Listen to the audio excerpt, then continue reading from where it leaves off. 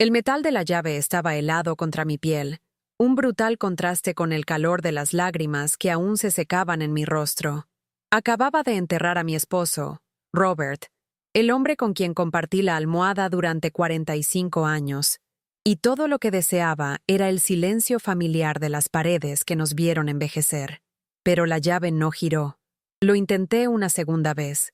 La mano me temblaba tanto que el llavero sonó como una pequeña campana fúnebre en el aire opresivo de aquella tarde, en Cleveland.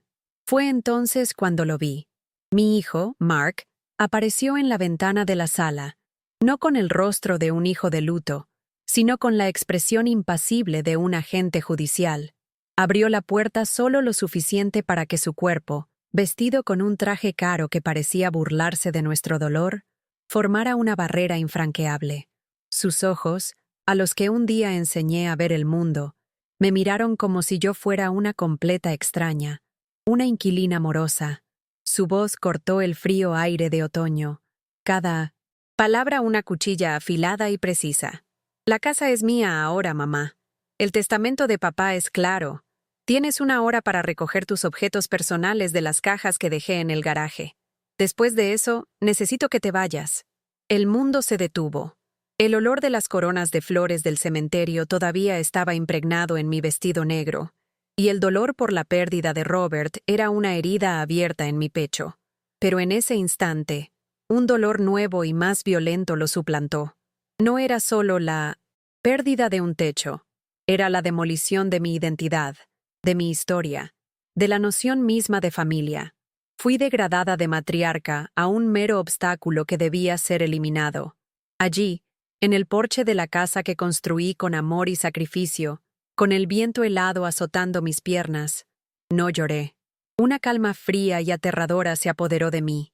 En ese silencio ensordecedor, mientras mi único hijo me exiliaba de mi propia vida, no planeé venganza, planeé mi resurrección. Si amas a Jesús y crees que esta historia nos enseñará algo, suscríbete para no perderte los próximos episodios de historias de sanación y sabiduría. Tu suscripción es un acto de fe en tu propia transformación. Te pido que te unas a nuestra comunidad de almas que han pasado por algo similar. Mi hijo no movió un músculo mientras yo permanecía de pie en el porche, sintiendo el peso de 45 años de historia desvanecerse bajo mis pies. El silencio que se instaló entre nosotros era más pesado y más frío que cualquier lápida en el cementerio del que acabábamos de venir. Podía sentir los ojos curiosos de los vecinos a través de las cortinas de sus ventanas, sus siluetas moviéndose como fantasmas en el crepúsculo que se acercaba. El vecindario, que siempre había sido mi santuario de paz y comunidad, de repente se transformó en un escenario para mi humillación particular. Cada ráfaga de viento que mecía los árboles y esparcía las hojas secas por la acera, parecía susurrar sobre mi desgracia. Mark, mi Mark, el niño al que le leí cuentos para dormir y cuyas rodillas curé, estaba allí, bloqueando la puerta con la autoridad de un carcelero. Su reloj de lujo brilló por un instante, un faro ofensivo de prosperidad en medio de la oscuridad de mi duelo. No mostró ni una pizca de tristeza por la pérdida de su padre. Sus ojos calculadores estaban enfocados únicamente en la conclusión de una fría transacción. Yo era el último artículo por liquidar. Mi existencia, mi presencia en esa casa, era un impedimento. Para sus planes, un detalle burocrático por resolver. El dolor en mi pecho era tan físico que tuve que agarrarme a la barandilla para no derrumbarme. Ya no era Eleanor Miller, esposa, madre y dueña de esa casa. Yo era un problema, y su solución era borrarme, desecharme como un mueble viejo que ya no combinaba con la nueva decoración de su vida. Finalmente rompió el silencio, no con una palabra de consuelo o explicación, sino con un gesto impaciente hacia el costado de la casa. Las cajas están en el garaje. El tiempo corre, dijo, su voz desprovista de toda emoción. Cada paso que di por el camino de piedras que llevaba al garaje fue una tortura. Las piedras, que yo misma ayudé a Robert a colocar en una primavera lejana, ahora parecían inestables, traicioneras. La puerta del garaje estaba abierta. revelando el escenario de mi vida desmantelada. 3 cajas de cartón, cerradas descuidadamente con cinta de embalar. Fue entonces cuando me golpeó la primera puñalada de la humillación. Pública. La señora Gable, mi vecina de al lado durante 20 años, con quien intercambié recetas y lamentos sobre el tiempo, paseaba con su pequeño terrier. Me vio allí, junto a esas cajas, con el rostro hinchado y el vestido de funeral arrugado. Sus pasos vacilaron y me ofreció un saludo confuso, una pregunta silenciosa en sus amables ojos. Antes de que pudiera siquiera pensar en una respuesta, Mark salió de la casa, componiendo en su rostro una máscara de hijo atento. «Hola, señora Gable», dijo, con una cordialidad espantosa. «Solo ayudando a mamá a organizar algunas cosas para donar. Se va a mudar a una maravillosa comunidad de jubilados. Un nuevo comienzo, ya sabe». La mentira fue tan perfecta, tan suavemente entregada, que me dejó sin aliento. No solo me echó, reescribió la historia delante de todos, transformándome en una viejecita senil que aceptaba pasivamente su propio abandono, mientras él posaba como un hijo ejemplar. La señora Gable sonrió, visiblemente aliviada por la explicación plausible, y continuó su camino, dejándome paralizada en la frialdad de esa mentira. Con las manos entumecidas, me acerqué a las cajas. El olor a polvo y a recuerdos guardados llenó mis fosas nasales. Arranqué la cinta de una de ellas, y lo que vi dentro fue la profanación final. Álbumes de fotos familiares, con las cubiertas de cuero gastadas por el tacto de generaciones, estaban arrojados junto a viejas herramientas de jardinería. El pequeño suéter azul que tejí para Mark cuando era bebé estaba arrugado bajo un par de botas de lluvia de Robert. Cada objeto era una reliquia, y él los había tratado como basura. No podía llevarme casi nada. ¿A dónde iría con un álbum de fotos? ¿Qué puerta abriría con las viejas llaves de la casa de campo que vendimos hace años? Mi vida entera estaba allí, pero ya no tenía un lugar donde guardarla. Con dedos temblorosos, pesqué de entre el desorden una pequeña caja de madera pulida. Dentro de ella estaban las pocas cosas que no podía dejar. Atrás, el anillo de bodas de Robert, que me pidió que guardara cuando sus dedos se hincharon demasiado. Una fotografía descolorida de mis padres el día de su boda. Y un pequeño mechón de pelo rubio de Mark, guardado en un sobre amarillento de su primer corte. Cerré la caja, y el clic de la tapa sonó como el cierre de un ataúd. Mark apareció en la puerta del garaje, con la mirada fija en su reloj. «Se acabó el tiempo, mamá». Su voz era definitiva. Tomé mi bolso y la pequeña caja de madera. Di la espalda a las otras 2 cajas y a todo lo que representaban, y salí del garaje. El sonido de la puerta principal cerrándose de golpe y la cerradura girando resonó en la calle silenciosa. Las luces de las farolas comenzaron a encenderse, una por una, iluminando mi camino hacia ninguna parte. Sabía que la noche sería larga y fría, pero aún no tenía la menor idea de que el frío más penetrante no vendría del viento de Ohio, sino de la inesperada amabilidad de una completa extraña. 45 años. Es tiempo suficiente para que las raíces de un árbol rompan el hormigón, y fue el tiempo que pasé construyendo mi hogar en esa casa en Cleveland. Recuerdo cuando Robert y yo la compramos. Las paredes olían a pintura fresca y a promesas. Abandoné mi pequeño sueño de trabajar en una biblioteca. El olor a libros viejos y el silencio respetuoso fueron cambiados por el aroma de puré de manzana y el sonido de la risa de un bebé. Mark no fue solo mi hijo, fue mi proyecto, mi obra maestra. Cada centímetro de esa casa guarda el fantasma de su infancia, la marca de altura a lápiz en el marco de la puerta de la cocina, el pequeño rasguño en el suelo de madera donde se cayó con sus primeros patines, el persistente olor a tierra mojada en la alfombra de la entrada, de todas las veces que entró corriendo del jardín, con los zapatos sucios y una sonrisa inocente. Robert trabajaba turnos dobles en la fábrica de autopartes, sus manos siempre manchadas de grasa, su cuerpo cansado, pero sus ojos siempre brillaban cuando veía a Mark. «Estamos haciendo esto por él, Ellie», solía decir, y yo le creía. Mi vida era un ciclo de sacrificios silenciosos y amorosos. Noches en vela, comidas cronometradas, ahorros para sus estudios y un amor tan vasto que yo creía que era una fortaleza inexpugnable. No solo estaba criando un hijo, estaba tejiendo el tejido de una familia, creyendo que cada hilo de dedicación sería correspondido con lealtad y cariño. Fui ingenua al pensar que un amor incondicional generaría por sí solo un hijo incondicionalmente bueno. La primera fisura en esa fortaleza apareció cuando Mark fue a la universidad. Fue sutil, como una fina grieta en una taza de porcelana que solo se nota cuando el líquido caliente comienza a filtrarse. Él, un chico de un barrio obrero, de repente se vio rodeado de jóvenes de familias adineradas, y la vergüenza comenzó a corroerlo por dentro. Dejó de invitarnos a los eventos del campus. Cuando venía a casa en vacaciones, traía consigo un aire de superioridad, una impaciencia con nuestro sencillo modo de vida. Sus conversaciones estaban salpicadas de marcas que no conocíamos y referencias a lugares que nunca visitaríamos. Las camisas que yo planchaba con tanto cuidado estaban arrugadas. La comida casera que preparaba con sus platos favoritos era pesada. Robert, en su orgullo paternal, veía esto como ambición, como el deseo de su hijo de ir más allá de nuestros orígenes. Se está convirtiendo en un hombre de mundo, Ellie, decía, incapaz de ver el desprecio velado que acompañaba esta transformación. Yo lo sentía, pero me callaba.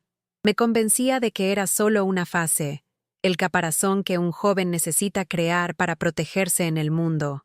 Continué enviándole paquetes con sus galletas favoritas, que nunca agradecía, e intentando iniciar conversaciones sobre sus clases, recibiendo a cambio respuestas cortas y desinteresadas. El calor que antes nos unía estaba siendo reemplazado por una fría formalidad, y sentía que mi hijo se estaba convirtiendo en un extraño que hablaba mi idioma, pero ya no entendía mi corazón. La humillación dejó de ser velada y se convirtió en un espectáculo público en la cena de su graduación. Mark nos invitó a un restaurante francés en el centro de la ciudad, un lugar con manteles de lino blanco y tantos cubiertos que me sentí completamente perdida. Robert y yo nos vestimos con nuestras mejores ropas, que, bajo las luces doradas del restaurante, parecieron de repente viejas y pasadas de moda. Mark apenas nos habló. Estaba más interesado en impresionar a sus profesores y a los padres de su nueva novia, Jennifer, una joven rubia con una sonrisa pulida y ojos que me evaluaron de arriba a abajo con frialdad. En un momento, intenté contar una historia divertida sobre la infancia de Mark, y él me interrumpió a mitad de frase con una sonrisa forzada. «Mamá, no creo que a nadie aquí le interesen mis historias de cuando usaba pañales», dijo, y la risa condescendiente de los otros invitados en la mesa fue como una bofetada en mi cara. Más tarde, cuando intenté pronunciar el nombre de un plato del menú, me corrigió en voz alta. Es coq au vin, mamá, no coq au vin, como si yo fuera una niña ignorante. Sentí que la sangre me subía a las mejillas. Pasé el resto de la noche en silencio, empujando la comida cara de un lado a otro en el plato, sintiendo la mirada de lástima de Jennifer sobre mí. En ese momento, yo no era su madre orgullosa, era un accesorio vergonzoso, una prueba viviente de sus orígenes humildes que él estaba desesperado por borrar. Vi el dolor en los ojos de Robert, pero él también se calló, tragándose el orgullo herido junto con el vino caro. El matrimonio con Jennifer cimentó la distancia entre nosotros. Ella era de una familia rica, y nos veía a Robert y a mí no como familia, sino como un proyecto de caridad o, peor, una mancha en su impecable reputación social. Nuestra casa, que para mí era un santuario de recuerdos, para ella era estrecha y anticuada. Las visitas se hicieron raras y tensas.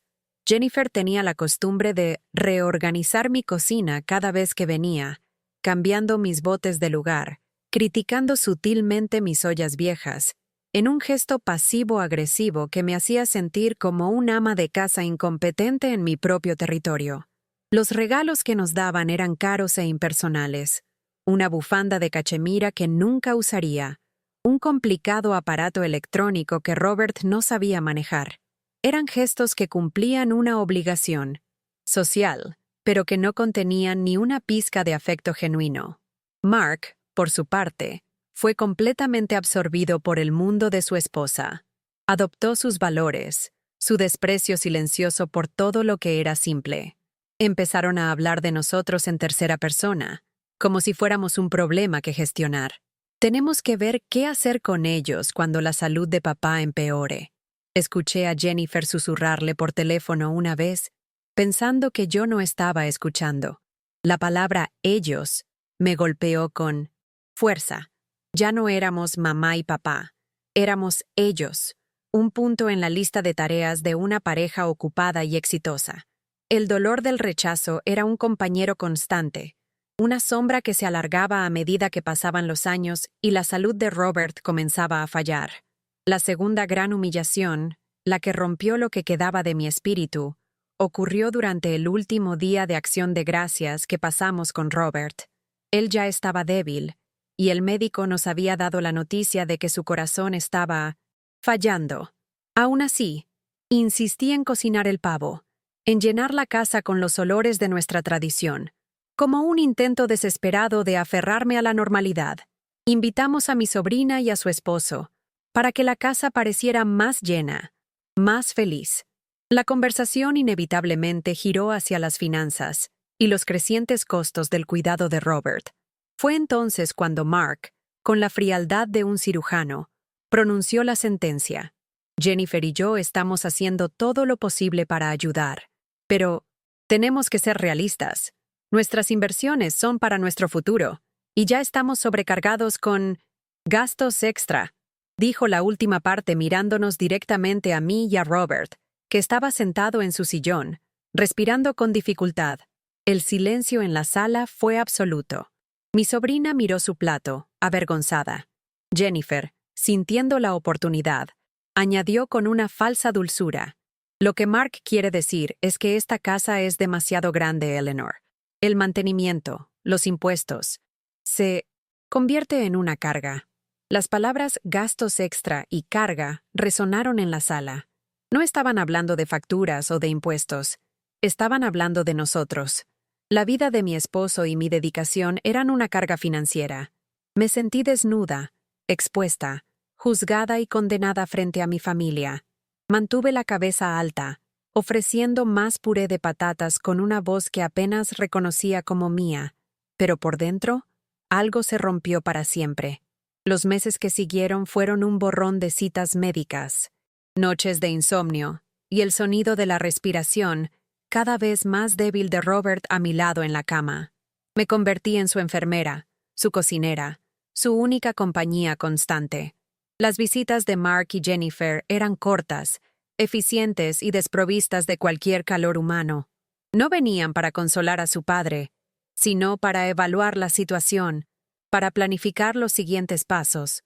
La muerte de Robert, cuando finalmente llegó, fue al mismo tiempo una liberación de su sufrimiento y el comienzo de mi pesadilla. En medio de la niebla del dolor y los preparativos del funeral, Mark asumió el control de todo el papeleo. «Déjame encargarme de esto, mamá. No estás en condiciones», dijo. Y yo, demasiado agotada para cuestionarlo, lo dejé todo en sus manos. Fue rápido, organizado, casi robótico en su eficiencia. Recuerdo vagamente un sobre grande y marrón con un sello oficial del Tribunal del Condado, que llegó por correo unos días antes del funeral. Pensé que era algo relacionado con los impuestos de la propiedad, otro pedazo de burocracia para la pila que Mark estaba gestionando. Sin pensar, lo coloqué sobre la repisa de la chimenea, entre las tarjetas de condolencia, y lo olvidé por completo. Ahora, mientras el frío de la noche de Cleveland comenzaba a penetrar en mi fino abrigo, la imagen de ese sobre volvió a mi mente con una claridad aterradora. Esa noche, expulsada e invisible, mi mente volvió a un detalle que había ignorado en la niebla del dolor. Un sobre marrón, con un sello oficial, que había llegado días antes del funeral. Lo había dejado en la repisa de la chimenea, intacto, y, de repente, tuve la certeza aterradora de que en ese sobre yacía una verdad que, si la hubiera visto a tiempo, podría haberlo cambiado todo. Vagué sin rumbo por las calles de Cleveland, mientras la noche se tragaba la última luz del día. El frío no venía solo del viento de otoño, sino de dentro de mis huesos, un hielo plantado por la traición. La gente pasaba a mi lado, viviendo sus vidas, ajena a la mujer invisible de 68 años que acababa de perderlo todo. Agarré con fuerza la pequeña caja de madera en mis manos. Era mi único vínculo con quien había sido. Las luces de una cafetería 24 horas brillaron en la oscuridad como una promesa de calor. Entré, no por hambre, sino por la necesidad de un refugio, un lugar para escapar de las miradas y del frío cortante. Me senté en un rincón, con el olor a café y grasa en el aire, y pedí un té que apenas podía apagar. El calor de la taza en mis manos era la única amabilidad que había sentido ese día. Observaba a las otras personas, parejas riendo, estudiantes inclinados sobre sus libros, y mi soledad era un abismo. Intenté ser fuerte, pero las lágrimas comenzaron a rodar silenciosamente por mi rostro, calientes y saladas, trazando el mapa de mi dolor. Fue entonces cuando una joven camarera se acercó a mi mesa. Era joven, tal vez de 20 y tantos años, con ojos oscuros y cansados, pero que contenían una chispa de bondad. Su acento era suave cuando me ofreció más agua caliente para mi té. «Invita a la casa», dijo con una pequeña sonrisa. Luego, inclinándose un poco, preguntó en voz baja, «¿Está usted bien, señora?» Esas 3 simples palabras, dichas con genuina preocupación por una completa extraña, fueron la llave que abrió las compuertas. Todo el control que había mantenido frente a Mark, toda la dignidad silenciosa, se derrumbó. Comencé a llorar, ya no en silencio, sino con sollozos que sacudían todo mi cuerpo, un duelo por la pérdida de mi esposo mezclado con la agonía de ser desechada por mi hijo. La camarera, cuya placa de identificación decía Sofía, no se apartó. Simplemente acercó una silla y se sentó a mi lado, esperando que pasara la tormenta. Su presencia un acto silencioso de compasión que valía más que 1000 palabras vacías. Entre sollozos, toda la historia salió de mí. Le hablé de Robert, del funeral, de la llave que no giraba en la cerradura, de las frías palabras de Mark y de la humillación frente a mí, vecina. Sofía escuchó todo sin interrumpirme, su rostro expresando una profunda empatía que parecía provenir de su propia experiencia con las dificultades de la vida. Cuando terminé, el silencio se mantuvo por un momento, y luego ella tomó una decisión que cambiaría el curso de mi vida. «Soy de México», dijo suavemente. «Allá no dejamos solos a nuestros mayores». Se miró las manos, luego a mí. «Vivo aquí cerca, en un apartamento pequeño. No es mucho, pero tiene un sofá-cama. Quédese conmigo hasta que encuentre un lugar». Me quedé sin palabras. Una extraña, una joven inmigrante que probablemente luchaba para pagar sus propias cuentas, me estaba ofreciendo un hogar, cuando mi propio hijo, con su enorme casa y su coche de lujo, me había arrojado a la calle como si fuera basura. La vergüenza y el instinto me dijeron que me negara, que no fuera una carga para nadie más. Pero entonces miré el rostro de Sofía y vi una decencia y una fuerza que me llenaron de una esperanza que creía muerta. Aceptar su ayuda no fue un acto de debilidad, sino mi primer acto de rebelión. Fue la elección de confiar en la bondad de una extraña, en lugar de ahogarme en la crueldad de mi propia sangre.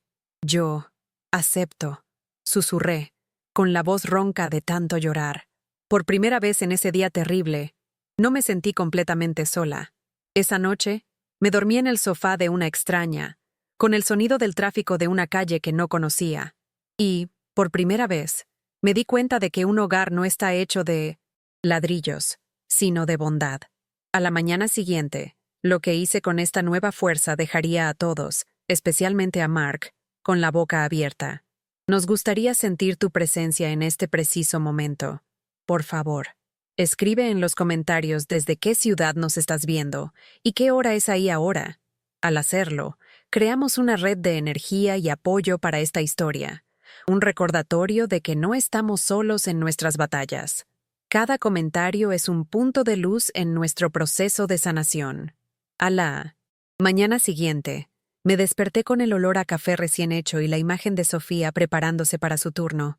En la suave luz de la mañana que se filtraba por la ventana de su pequeño apartamento, una claridad atravesó la niebla de mi dolor. La imagen de ese sobre marrón en la repisa de la chimenea volvió, ya no como un recuerdo confuso, sino como una pieza clave. Comprendí que el poder de Mark sobre mí provenía de mi propia pasividad e ignorancia. Él contaba con mi duelo para mantenerme débil. Con una determinación que no sentía desde hacía años, le pedí a Sofía que me llevara a la biblioteca pública.